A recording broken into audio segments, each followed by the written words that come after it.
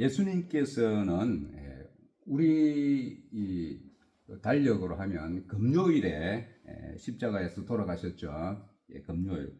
돌아가신 시간은 우리나라 시간으로 오후 3시경입니다. 당시에 그 공회원이었던 아리마대 요셉이라는 사람이 그 심판관, 재판관 빌라도에게 가서 예수님의 이제 시신을 달라고 요구를 합니다. 아마 공회원쯤 되니까 그런 요구를 할 수 있을 것 같아요. 보통 사람 같으면 그렇게 못 하겠죠. 공회원이니까 가서 이제 뭐 예수님 죽었으니까 시신을 주시오. 내가 무덤에 좀 안장을 하려고 합니다. 이렇게 했지 않겠습니까? 그래서 이 예수님의 시신을 받은 후 무덤에다 안장했는데 그때가 금요일 저녁 6시가량 되었을 때입니다. 우리 성경 말씀에 의하면 안식일이 다 되었을 때, 안식일이라는 것은 그 당시로 보면 금요일 해가 질 때부터 이제 다음 토요일 날 저녁까지가 안식일이죠. 그러니까 한 저녁 6시쯤 되었을 때에 예수님을 무덤에 안장한 것입니다. 예수님은 이틀 밤을 무덤 속에 계시다가 우리 시간으로 주일 새벽에 다시 살아나셨습니다. 그래서 우리 통상적으로 말할 때 3일 만에 살아나셨다 이렇게 얘기하죠. 근데 여기서 3일이라고 하는 것은 죽은 날 금요일, 죽으신 날 금요일, 그리고 무덤에 계신 날, 하루 종일 무덤에 계신 날 토요일, 그리고 주일 새벽에 살아났는데 그래서 합쳐서 3일입니다. 금, 토, 일. 3일 만에 살아나셨다 이렇게 하죠. 근데 날수를 계산해 보면 만 하루하고 한 15시간 정도 죽음 가운데 계셨다 할 수가 있습니다.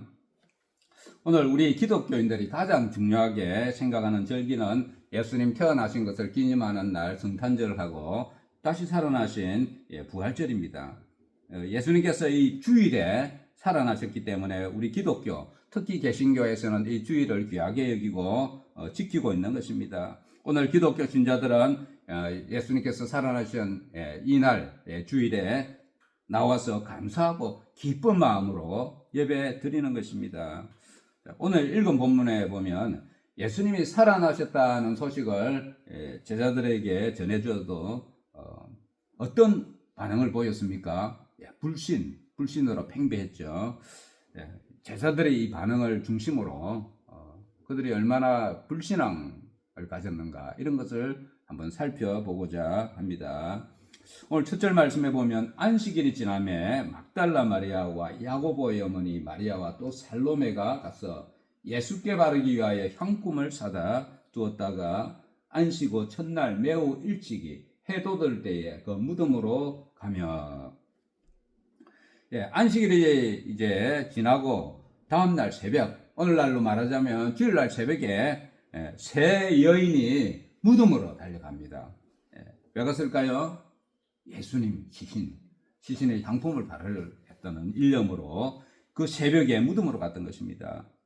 참 이 죽은 시신에 향품을 바른다는 이 마음이 정말 대단하죠. 보통 사람 같으면 죽은 시신에, 그것도 무덤에 들어가 있는 시신에 이 향품을 가서 바를 수가 있겠습니까? 그것은 이 여인들이 예수님을 살아생전에 얼마나 사랑하였고 그를 따랐던가 하는 것을 우리가 짐작해 볼 수가 있겠죠. 살아생전에 아무리 좋아했다고 하더라도 무덤에 있는 사람의 그 가서 몸에다가 향품 바르는 게 쉽지 않죠. 보통 정성이나 마음으로 할 수 있습니다.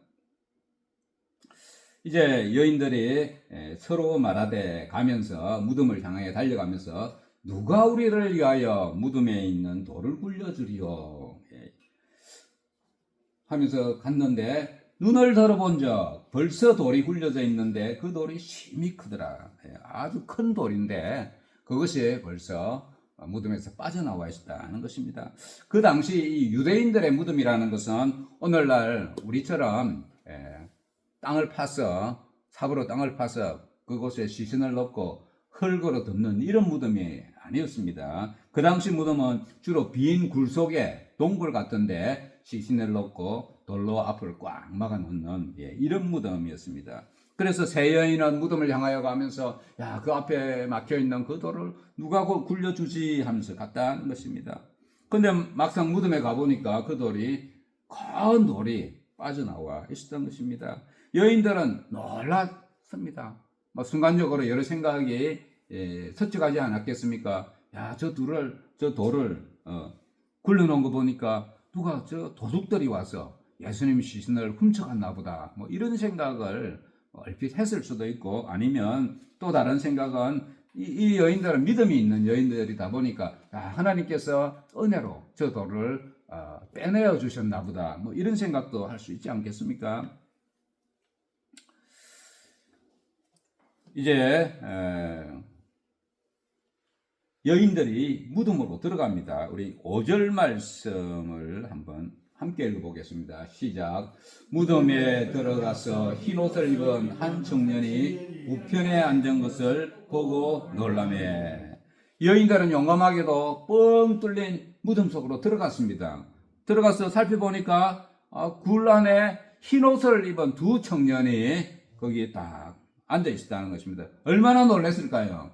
굴 속에 흰옷 입은 두 사람을 보면 어떻게 됩니까? 보통 사람들 같으면 놀라서 뒤로 나자빠지거나 하면 도망쳐 나왔을 것 같아요. 그러나 예수님을 시신을 꼭 보고자 하는 일념으로 갔던 여인들은 그러지 않았습니다. 이 여인들은 흰옷 입은 청년을 보고도 도망가지 않았습니다. 그런데 이 흰옷 입은 청년이 누구였을까요? 흰옷 입은 두 천사가 요한복음 20장에 보면요, 이 청년을 천사다 그렇게 말을 하고 있습니다. 흰옷 입은 두 천사가 예수의 집전이었던 곳에 하나는 머리편에 하나는 발편에 앉아 있더라. 요한복음에 보면 두 천사가 이렇게 앉아 있었다 이렇게 기록되어 있습니다. 같은 내용인데 마가복음에서는, 오늘 읽은 마가복음에서는 두 청년이다 그러고 요한복음에서는 천사다 이렇게 표현을 하고 있습니다. 그래서 이것은 성경을 기록한 저자가 다 다르기 때문입니다. 이 성경이 동일한 역사적인 사건에 대해서 똑같이 표현하고 있는 것보다 저자에 따라서 이렇게 조금씩 다르게 표현하고 있는 것이 오히려 사실에 대한 신뢰를 더 주지 않습니까? 남이 쓴 글을 뺏겨다 놓으면 똑같겠죠. 그러나 뺏기는 것이 아니고 자신의 지적인 능력과 성령의 감동하심으로 글을 쓰게 되면 똑같은 사건을 보고도 조금씩 표현이 다르게 그렇게 쓰게 되는 것입니다. 그래서 내용이 모순되지 않고 조금씩 다르다는 것은 오히려 성경 말씀이 우리에게 더 신뢰를 주는 것입니다. 성경을 보면 천사는 대단히 위험이 있고 두려운 존재입니다. 사람이 정상적인 상태에서는 마주하기 어려운 그런 존재들입니다. 이날 여인들이 보았던 이 흰옷 입은 두 천사가 얼마나 두려운 존재였는지를 보여주는 성경 구절이 있습니다. 마태복음 28장 4절에 보면요, 무덤을 지키던 사람들이 있었는데 군인들이죠. 흰옷 입은 이 청년을 보고 기절해서 죽은 사람처럼 되어 있다 그렇게 기록이 되어 있습니다. 이날 새벽에 천사를 보고 무덤을 지키던 남자들은 다 기절했는데 이 세 여인은 물론 두려운 마음이 있었겠지만은 그 천사들을 다 바라보면서 그 얘기를 다 듣고 있었다는 것입니다. 우리 보통 이 사랑이라는 감정에 있어서 여인들이 남자들보다 강하다 그런 말들을 하죠. 자녀들의 위기를 당하면 아버지가 그 위기에 대응하는 그것이 용감할까요? 어머니가 용감할까요? 대체로 엄마들이 용감하다 그렇게들 말을 합니다. 여성들이 이 모성애가 얼마나 강한지 모릅니다. 그런데 이 여인들은 사랑하고 존경하던 예수님의 시신을 찾고 싶은 마음에 이 두려운 천사를 보고도 도망치지 않았다는 것입니다. 이 무덤 안에서 나온 흰옷 입은 청년은 이 세 여인들을 향해서 놀라지 말라, 너희가 십자가에 못 박히신 나사렛 예수를 찾는구나. 그가 살아나셨고 여기 계시지 아니하니라. 그가 누우셨던 이 자리를 보라. 천사가 그런 말을 해줍니다. 예수님께서 살아나셨다고 하는 말에 여인들이 얼마나 놀랐을까요? 지금 여인들은 예수님의 시신에 향품을 바르기 위해서 왔지 살아나셨다 그런 소리 들으러 온 것이 아니었습니다. 꿈에도 생각지 못했던 말입니다. 그때 이 흰옷 입은 청년들이 여인들에게 다시 말하기를, 오늘 7절 말씀을 보면요, 가서 그의 제자들과 베드로에게 이르기를 예수께서 너희보다 먼저 갈릴리로 가시나니 전에 너희에게 말씀하신 대로 너희가 거기서 배우리라 하라 하는지라. 천사들은 여인들에게 자신들이 보고 듣고 본 바를 제자들, 특히 베드로에게 전하고 그리고 갈릴리로 가라. 그들이 갈릴리로 가서 부활하신 예수님을 만나 뵈어라. 이런 말을 전해 주었습니다. 근데 그냥 제자들에게 말했다 이렇게 하면 좋을 텐데 그 제자들과 베드로, 이 베드로 이름을 여기에다 탁 넣었죠. 여기 베드로를 왜 넣었을까? 그냥 제자들을 하면 될 텐데 저는 가만 생각해 보니까 베드로는 예수님의 수제자였죠. 수제자였지만은 예수님을 3번씩이나 부인했습니다. 예수님이 공경에 처하자 3번이나 부인했죠. 그래서 천사가 이 절망감에 빠져 있을 베드로의 이름을 언급한 것이 아닌가 저는 한번 생각해 보았습니다. 이제 여인들이 몹시 놀라 떨며 나와 무덤에서 도망하고 무서워하여 아무에게 아무 말도 하지 못하더라. 여인들은 천사와 대화가 끝나자 그것을 도망하여 나왔는데 그때 그 상황이 얼마나 무서웠던지 여인들이 나가서 입이 떨어지지 않았다는 것입니다. 성도 여러분, 이 기가 차면 말문이 막힌다 그러죠. 너무 놀라면 말문이 막힙니다. 저는 이전에 밤에 자다가 무서운 꿈을 꾼 적이 있는데 얼마나 무서웠던지 막 소리를 지르는데 입이 떨어지라 하네요. 그래서 그거 보면 이제 소위 가위에 눌린다 그러죠. 가위에 눌린 경험을 했던 것 같습니다. 두려움에 막히면 말문이 막히고 입술이 딱 붙어서 떨어지지가 않는 것입니다. 세 여인이 천사로부터 부활하신 예수님에 대해서 지금 소식은 들었지만은 그러나 아직 보지는 못했습니다. 그런데 예수님께서 이 세 여인 중 한 여인에게 자신의 부활한 모습을 보여주십니다. 우리 9절 말씀을 한번 같이 읽어보겠습니다. 시작. 예수께서 안식 후 첫날 이른 아침에 살아나신 후 전에 7 귀신을 쫓아내어 주신 막달라 마리에게 먼저 보이시니. 세 여인들 중에 이 막달라 마리아가 있었는데요. 이 여인에게 예수님께서 자신의 부활한 모습을 먼저 보여주셨다는 것입니다. 막달라 마리아는 죽음에서 부활하신 예수님을 가장 먼저 목격하는 영광을 얻었던 것입니다. 막달라 마리아가 어떤 여인입니까? 막달라 마리아는 누가복음 8장 2절에 보면 원래 7 귀신이 들은 여인이었는데 예수님께서 자신에게서 귀신을 쫓아내어 주시자 얼마나 고마웠던지 그 이후에 예수님을 진정으로 사랑하고 그를 위해서 헌신적으로 행동한 여인이 바로 이 막달라 마리아 여인이죠. 7 귀신에 쌓여서 살아간다는 게 매일 살아가는데 얼마나 고통스럽겠습니까? 그런데 그 귀신을 예수님께 쫓아내어 주셨으니까 감사하면서 헌신하면서 그렇게 살았던 것입니다.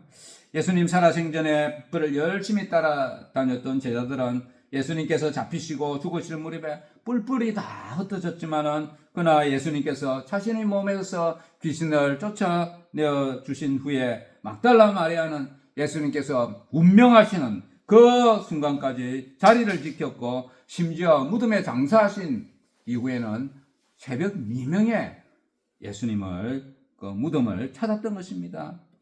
이전에는 귀신이 들린 채 마귀의 종으로 살았지만 귀신이 나간 후에 하나님의 충성스러운 종으로 예수님의 제자로 변신하게 되었던 것입니다. 이 여인은 예수님으로부터 큰 은혜를 받은 자로서 그 은혜를 끝까지 기억하면서 예수님을 사랑하고 그를 위해 헌신하였는데 이런 여인에게 예수님께서 자신의 부활을 가장 먼저 보여주셨던 것입니다. 오늘 우리도 이 막달라 마리아와 같은 감격으로 주님을 섬기면서 살아가시기에 소망합니다. 우리도 원래 죄인이었고 사실은 마귀의 종들이었습니다. 예수 믿기 전에는 모두가 마귀의 종이다 할 수가 있습니다. 마귀의 종은 마귀가 시키는 대로 살아가는 사람입니다. 그러나 예수 믿고 나서까지 마귀가 시키는 대로 살아가서는 안 되죠. 마귀가 좋아하는 방식이 어떤 방식일까요? 우리가 육신을 따라서 자기 육신이 좋아하는 일을 하며 살아가는 것이 마귀의 방식이다 할 수 있습니다. 주 예수를 믿고 우리의 죄악이 깨끗함을 입은 이후로는 우리는 하나님의 자녀 백성이 되었습니다. 우리도 막달라 마리아 못지않게 은혜를 입은 자들입니다. 구로는 하나님의 백성 자녀답게 살아가야 하는 것입니다. 이제 마리아가 가서 예수와 함께하던 사람들이 슬퍼하며 울고 있는 중에 이 일을 알림해 막달라 마리아는 새벽에 자신이 경험했던 일, 본 바를 제자들에게 다 전하였습니다. 아마도 그가 전했던 내용은 새벽에 무덤에 갔다가 무덤 입구에 그 돌이 굴려져 있던 것을 본 사실들, 또 예수님께서 누워 계시던 그 자리가 텅 비어 있다는 사실, 그리고 흰옷 입은 두 천사를 만났고 그들로부터 예수님께서 살아나셨다는 소식을 들었던 그 사실, 그리고 무덤에서 도망쳐 나가던 중에 예수님을 만난 사실에 대해서 아주 생생하게 제자들에게 전해 주었을 것입니다. 그런데 그 말을 전해 들은 제자들의 태도가 어땠다고 오늘 말하고 있습니까? 오늘 11절 말씀에 보면요, 그들은 예수께서 살아나셨다는 것과 마리아에게 보이셨다는 것을 듣고도 믿지 아니하니라. 제자들은 마리아가 전해준 예수님 부활 소식을 믿지 않았습니다. 예수님 생전에 예수님을 따라다니면서 3년간 훈련받았고 부활에 대한 말씀도 직접 들었습니다. 예수님께서 살아생전에 이런 말씀을 하셨죠. 자기가 예루살렘에 올라가 장로들과 대제사장들과 서기관들에게 많은 고난을 받고 죽임을 당하고 제3일에 살아나야 할 것을 제자들에게 비로소 나타내시니, 이렇게 마태복음 6장에 기록되어 있습니다. 그때 베드로는 예수님을 붙들고 주님 그리하지 마옵소서, 그 죽으신다는 그런 말 하면 안 됩니다, 이렇게 하고 말린 사람이 베드로입니다.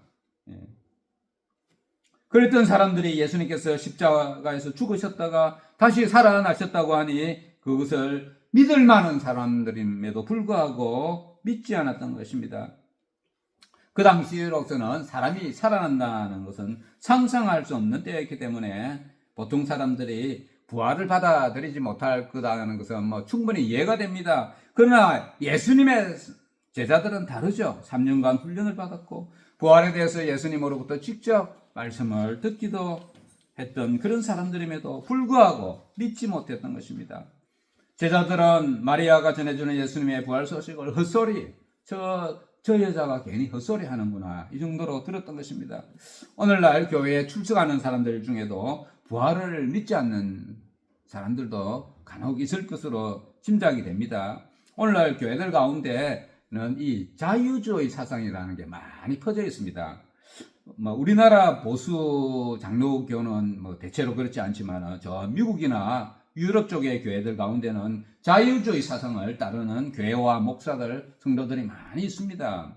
하나님을 믿는다고 하면서도 성경에 기록된 기적은 믿지 않습니다. 말씀 중에 자신들에게 유익하고 교훈이 되는 말씀, 그리고 상식적으로 이해할 만한 그런 내용만 인정하는 것입니다.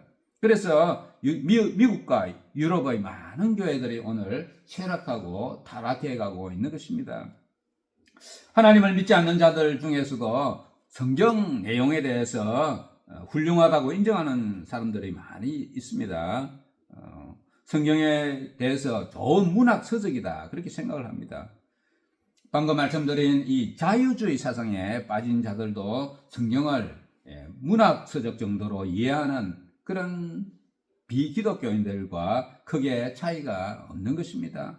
그러나 오늘 우리 주를 믿는 자들은 그래서는 안 됩니다. 성경 내용 중에서 자신이 받아들이고 싶은 것만 취사 선택해서는 안 되는 것입니다. 그런 사람은 믿음의 사람이 아닙니다. 성경을 상식이나 과학의 잣대로 보려고 하는 자가 있다면 그 사람은 믿음의 사람이 아닌 것입니다. 예수님께서는 이제 이 믿음 없는 자들을 위해서 그들에게 부활하신 자신을 친히 나타내 보여주십니다. 오늘 12절 말씀에 보면요. 그 후에 그들 중 두 사람이 걸어서 시골로 갈 때에 예수께서 다른 모양으로 그들에게 나타나시니 두 사람이 가서 남은 제자들에게 알리었으되 역시 믿지 아니하니라.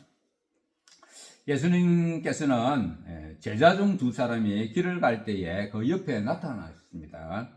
이들은 예수님의 12제자에 속하는 사람은 아닌데요. 이들도 역시 예수님을 따르는 제자들이었습니다. 부활하신 예수님께서는 길을 가는 이 두 제자 옆으로 가셔서 한동안 같이 동행합니다. 옆에 있던 사람, 이 제자들은 옆에 있는 사람이 누군지 모르고 같이 길을 걸어가죠. 날이 저물어 갈 때에 함께 식사하는 장소에 들어갔는데 그때 예수님께서 축사하시고 그들에게 떡을 떼어 주셨습니다. 그때 이 사람들의, 이 제자들의 눈이 열립니다. 아, 예수님이시구나. 눈이 열렸던 것입니다. 그때 예수님은 보이지 않았습니다. 그래서 이 부활하신 예수님을 만난 이들은 즉시 예루살렘으로 돌아가서 제자들이 모여있는 그곳을 찾아가서 그들에게 우리가 예수님을 보았네 전해주었습니다. 그러나 예수님을 보았다는 이 증언에 대해서 제자들은 또 믿지 않았습니다. 부활에 대한 제자들의 이 의심, 불신이 얼마나 강하였다는 것을 잘 보여주고 있습니다. 우리 14절 말씀을 함께 읽어보겠습니다. 시작. 그 후에 11 제자가 음식 먹을 때에 예수께서 그들에게 나타나사 그들의 믿음 없는 것과 마음이 완악한 것을 꾸짖으시니 이는 자기가 살아난 것을 본 자들의 말을 믿지 아니함이니라. 예수님께서는 이제 제자들이 모여있는 곳에 가서 친히 자신을 보여주십니다. 예수님께서는 자신의 부활에 대한 이 제자들의 불신을 알고 계셨기 때문에 그들을 찾아가셔서 보여주시고 그들을 꾸짖습니다. 제자들을 꾸짖었다는 것은 그때까지 여러 가지 정황으로 봐서 제자들이 믿을 만한데도 믿지 못한 것에 대한 책망이다 할 수가 있습니다. 제자들은 믿을 만한데도 믿지 못하고 자신의 고집과 불신앙을 그대로 유지했던 것입니다. 그래서 예수님께서는 이들 향해서 너희들이 믿음 없구나 이렇게 말씀하시지 아니고 꾸짖고 책망하셨다는 것입니다. 그리고 제자들 향해서 마음이 완악하다 그렇게 말씀하셨습니다. 우리 부활에 대한 불신앙 대표적인 제자 하면 떠오르는 사람이 있죠. 누굽니까? 도마죠. 12제자 중 한 사람 도마입니다. 요한복음 20장에 보면요. 예수님께서 부활하신 후에 도마를 제외한 제자들이 있는 곳에 나타나셔서 자신을 보여주십니다. 그래서 예수님을 만난 이후에 이 제자들은 도마에게, 그날 자리에 없던 도마에게 말해줍니다. 우리가 예수님을 만났다네. 정말이네. 이렇게 알려줍니다. 그러나 도마는 믿지 않습니다. 도마는 말하기를 내가 그의 손에 못자국을 보며 내 손가락을 그 못자국에 넣으며 내 손을 그 옆구리에 넣어 보지 않고는 믿지 않겠노라 이런 말을 했습니다. 다른 사람도 아닌 자신의 동료인 제자들이 말을 하면 믿을 만한데도 도마는 믿지 않았습니다. 이후에 예수님께서 도마의 눈앞에 나타나셔서 말씀하시기를 도마야 내 손가락을 내밀었어 내 손을 만져보고 내 손을 내밀어서 창에 찔린 내 옆구리로 만져보라 이런 말씀하십니다. 그제서야 도마가 나의 주님이시오 나의 하나님이십니다 하고 신앙 고백을 합니다. 도마가 마음문을 조금만 열고 조금만 노력했다면 예수님을 보지 않아도 믿을 수가 있었을 것입니다. 제자들에게 한 사람씩 돌아가면서 너 정말 예수님 보았냐? 너 정말 부활하신 예수님 만나보았냐? 다 물어보면 되잖아요. 10명한테 물어보면 믿음이 생겨나지 않겠습니까? 한두 명도 아니고 신실한 10명의 동료들이 보았다고 하는데 도마가 믿지 않은 것은 그의 문제가 있었던 것입니다. 믿음을 가질 만한데도 가지지 않는 것을 완악한 것이다 오늘 말씀하고 있습니다. 이 말씀은 우리가 믿음에 관해서 우리가 노력해야 될 부분이 있다는 것입니다. 믿음은 자연히 생기는 것이 아니라 우리가 노력해야 될 부분이 있다는 말입니다. 우리 성경 말씀에 대한 믿음을 가지기 위해서 오늘 우리가 할 수 있는 노력이 무엇일까요? 성경 말씀을 읽고 기도하는 것입니다. 그 가운데 믿음이 생겨가고 자라납니다. 부활에 대한 믿음을 가지기 위해서는 성경에 기록된 부활 말씀을 읽어야 합니다. 출애굽기에 나타난 기적들을 믿기 위해서는 출애굽기 내용을 읽어야 합니다. 하나님의 기적에 관한 성경 말씀들을 자꾸 읽을 때에 믿음도 생겨나는 것입니다.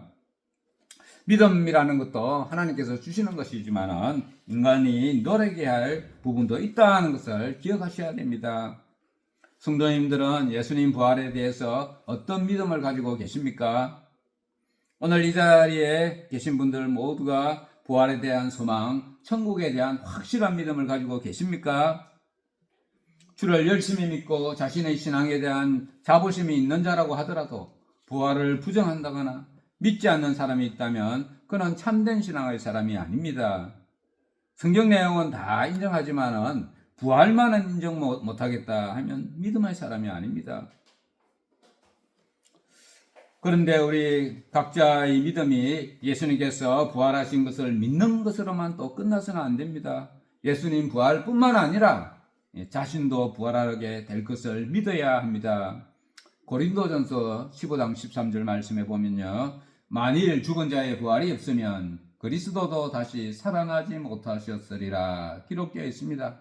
예수님께서 살아나셨으니 우리 주를 믿는 자들도 살아난다는 것입니다. 고린도전서 15장 20절에 보면요. 이제 그리스도께서 죽은 자 가운데서 다시 살아나사 잠자는 자들의 첫 열매가 되셨도다 기록이 되어 있습니다. 예수님께서 잠자는 자들의 첫 열매라고 한다면 오늘 우리는 그 다음 열매들이 되는 것입니다. 사도 바울은 부활을 씨앗에서 다시 싹이 나고 식물이 다시 살아나는 것에 비유하고 있습니다. 고린도전서 15장 35절 말씀해 보면요. 누가 묻기를 죽은 자들이 어떻게 살아나며 어떠한 몸으로 오느냐 이렇게 묻는 자들이 있다는 것입니다. 이렇게 부활에 대해서 의심하고 묻는 자들이 있었던 것입니다. 그때 바울의 대답은 어리석은 자여 네가 뿌리는 씨가 죽지 않으면 살아나지 못하겠고 이런 대답을 해주었습니다. 씨가 땅속에 묻혀 죽었다가 다시 그것이 싹이 나고 살아나듯이 인간도 살아난다는 것을 비유적으로 말해 주었습니다. 하나님을 믿지 않는 자들은 이 땅에서 한번 죽으면 모든 것이 끝난다고 생각하죠. 그래서 그들은 이 땅의 삶에 모든 것을 겁니다.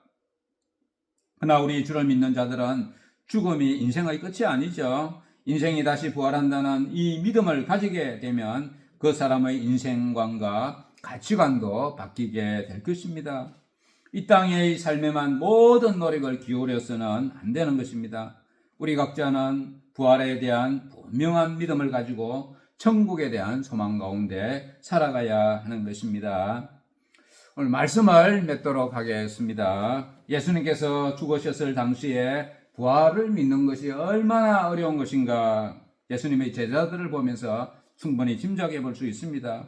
예수님으로부터 3년간 훈련을 받았고 예수님 살아생전에 다시 살아나실 것에 대해서 분명히 말씀을 들었음에도 불구하고 이들은 예수님의 부활에 대해서 기대하지 않았습니다. 심지어 함께 신앙생활하던 사람들이 예수님께서 부활하셨다고 그것을 목격했다고 말해줘도 믿지 않았습니다. 그들의 상식으로 볼 때 인간의 부활은 말이 안 되는 것이었기 때문입니다. 그때나 지금이나 부활에 대해서 상식이나 과학이 아니라 성경의 말씀을 믿는 믿음으로 받아들여야 하는 것입니다. 성도 여러분, 성경 말씀을 분명히 믿으십니까? 네. 성경 말씀을 하나님으로 믿으신다면 성경에는 이 부활을 목격했다는 사람들의 말이 많이 기록되어 있죠. 그들의 이 증언들을 그대로 믿어야 하는 것입니다. 오늘날 주를 믿고 천국을 소망한다고 하면서도 부활을 믿지 못하는 사람이 있다면 그는 모순적인 신앙을 가진 사람이다 할 수가 있습니다. 우리는 부활에 대한 자신의 생각을 한번 점검해 보아야 합니다. 오늘날 주를 믿고 교회에 다닌다고 하면서도 부활에 대한 소망, 천국에 대한 소망 없이 신앙생활을 하는 자가 있다면 그 사람은 대단히 불쌍한 사람입니다. 사도 바울은 만일 그리스도 안에서 우리가 바라는 것이 다만 이 세상의 삶뿐이면 모든 사람 가운데 우리가 더욱 불쌍한 자이니라 이렇게 말씀하고 있습니다. 부활에 대한 소망과 천국에 대한 소망이 없는 자는 그런 신자가 있다면 불쌍한 사람이라는 것입니다. 우리 모두가 부활에 대한 믿음과 소망을 굳게 붙드시기 바랍니다. 예수님께서는 제자들이 음식 먹을 때에 그들에게 나타나셔서 자신의 부활을 믿지 않는 제자들을 향하여서 꾸짖으시고 완악하다고 말씀하셨습니다. 그리고 이후에 그들에게 사명을 주십니다. 너희는 온 천하에 다니면서 만민에게 복음을 전파하라 말씀하였습니다. 이 복음이라는 것은 예수님께서 십자가에 달려 돌아가신 것은 물론이고 우리의 죄를 위해서 돌아가신 것은 물론이고 부활에 대한 소식 이것을 전하라는 것입니다. 우리 모두가 부활에 대한 믿음 위에 굳게 서시기 바랍니다. 비록 예수님 부활을 직접 눈으로 보지는 못했지만은 성경에 대한 분명한 우리 믿음을 근거로 우리 각자가 부활의 증인이 되어 살아가시기를 축원합니다.